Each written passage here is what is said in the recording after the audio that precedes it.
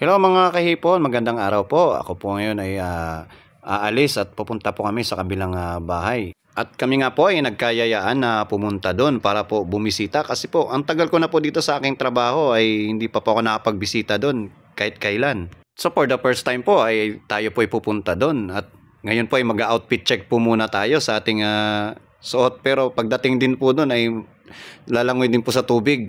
Yan. At ating pong yayain tong isang kaibigan natin na galing pong Nepal.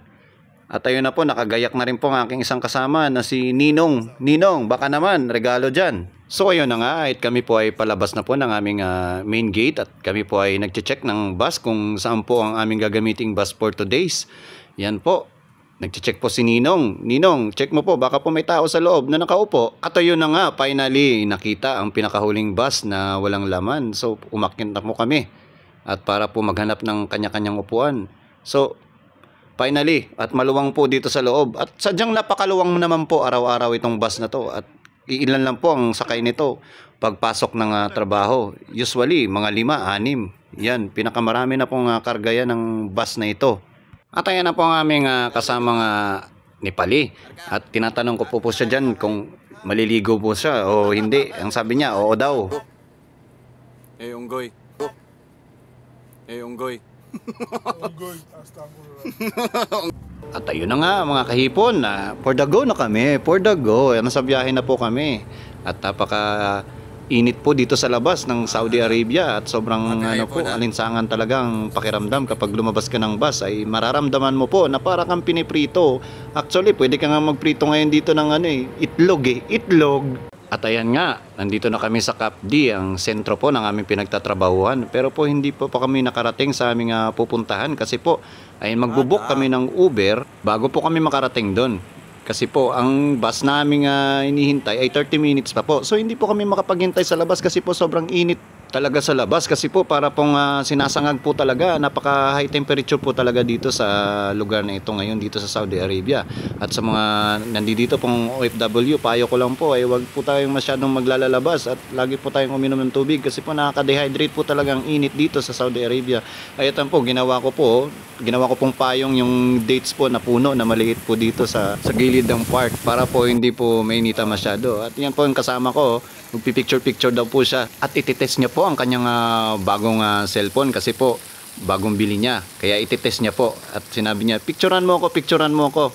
Ito yung pinicturean naman po ng kasama ko. Ayan, tuwang-tuwa po at yun, napicturean naman siya. At mga kahipon, ito po yung fountain. At sa sobrang init po, parang gusto ko na pong maligo talaga dito. Maligo. Wow. So naiinis na po yung kasama ko habang naghihintay po kami ng Uber kasi po napakatagal po ng Uber dumating. At ayan po, chinecheck po niya ang kanyang cellphone kung nasa na yung Uber. At so, yun, finally, andito na yung Uber. Pupuntahan na po namin. At kami po ay pasakay na ng Uber. Yan, at ako po ay papasok na sa pintuan ng Uber. Yan. Napakainit po sa labas kasi at yan, nag-video pa po ako at nagtaka po yung Uber kasi po nag-video po ako. Kala niya siguro binibidyohan ko siya. Pero in fairness yung mga Uber dito sa Saudi Arabia, mga luxury car makakasakay ka ng Chevrolet, ganyan, mga Kia, ganyan, Mercedes-Benz kung matimingan mo, yan. So ayan na nga, on the way na kami sa aming pupuntahan ulit na panibagong yugto at napakainit pa rin sa labas. Yan, may mga bagong building na dinidevelop dito, nadadaanan natin yan. At yung kasama kong Nepali, kinakausap niya India, yung pinag-uusapan nila dyan about sa China. China pa nga, baka naman China, lubayan nyo na kami. Ay galit na India, ay nagsusumbong sa amin dito sa Uber. At sila man din daw ay binubuli at kaya sabi niya ay Mapi Kuwis daw ang China, Kuwis Pilipini, Kilikini. Sobrang haba pa naman din ang kanilang pinag-uusapan dyan ay hanggang makarating po kami sa aming pupuntahan ay hindi na po namin namamalayan na malapit na pala kami. At ayan na po ay pababa na po kami. At niloko pa nga namin ng aming kasamang Nepali na siya daw ang magbabayad ng Uber bago kami bumaba. At ayun naman, sinunod naman kami pero babayaran din naman po namin yan mamaya.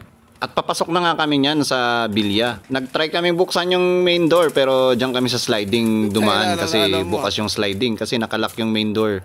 Yun, so buti na lang may alam tong isang kasama namin na si Ninong. Ninong, baka naman. Ito nga ang Bilya na aming pinuntahan ngayon mga kahipon ay aming mga kasamahan sa company. Pero sa kabilang bahay naman po ang aming bahay at sa kanila dito naman po. Kasi po mostly po mga Europe po yun nandito nakatira. Chinese, yan. mga UK yan, German, Greek, yan, mga Italiano, yan po yung mostly dito yung nakatira. Kaya po, inanyahan kaming pumunta dito. At pumunta naman po kami. Yan, umakyat po kami sa second floor dahil dun po yung tao na aming pupuntahan. Yun. Andyan na po kami at nakita na po namin yung kanyang kwarto at papasok na po kami. Hindi po siya ready at hindi po siya nakabihis dyan. Naka-underwear lang po siya dyan kaya hindi ko po masyadong kinamerahan. So, ayan, pasuot po siya ng kanyang short. So, sakto po na nag-video ko na sumuot siya ng short. Yan po ay Uzbekistan. As sexy Na-amaze talaga ako dito sa kabilang bahay na to at may nakita ako ditong laruan ng bata na panghugas-hugas ng yung parang lababo ba. Yan yung kanilang dirty kitchen at saka yan yung washing machine nila. So maganda naman po dito yung accommodation nila at yan sobrang wide po dito. Yan po yung mga building na yan ay sari-sari pong lahi yan.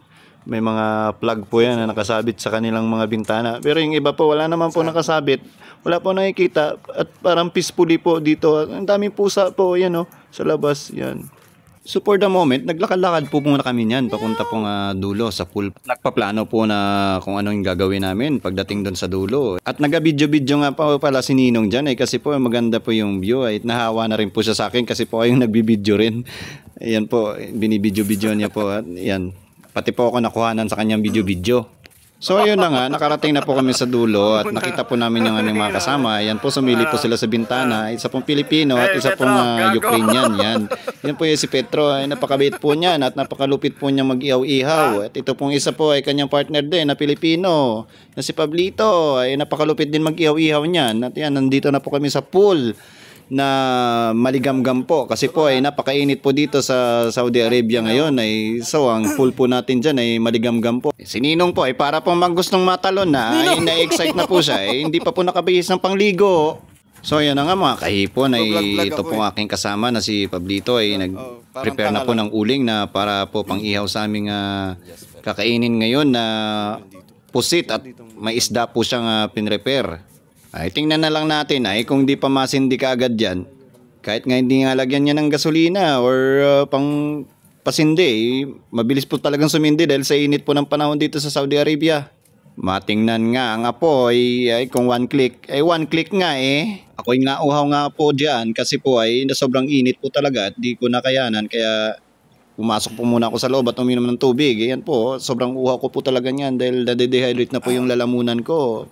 Hindi ko na po matais. Yan na nga ho, ay ilalagay na po niyang squid po or maliliit na pusit. Yan. At napakasarap po pa niyan. Parang ang sarap na nga pong papakin kahit hilaw pa Kinikilaw naman po talaga to Pero hintayin ko po tong maluto at ako po natatakam sa kanyang amoy. Kasi amoy pa lang ulam na. Bigla na tuloy ako nagutom talaga niyan ng pagbaliktad ng pusit. Yan po ay nagkakalasa na po kanyang ulo.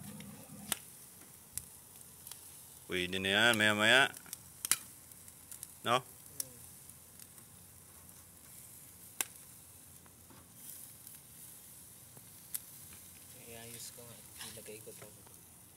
Yan ang mga kahipon, may isda na po. Ewan ko nga anong isda to mga kahipon. Hindi ko po kilala tong isdang iniihaw niya. Pero mukhang masarap po ang kanyang lasa niyan pag naluto. So hindi ko na nga po mga kahipon na video yung paglangoy po namin. Kasi po ang aking phone po hindi ko po mailagay sa labas sobrang init po talaga guys. Sobrang init po at parang matutunaw po talaga yung gamit kapag nilagay dun sa labas at masisira po. Kaya hanggang dito na lang po muna ang ating vlog mga kahipon.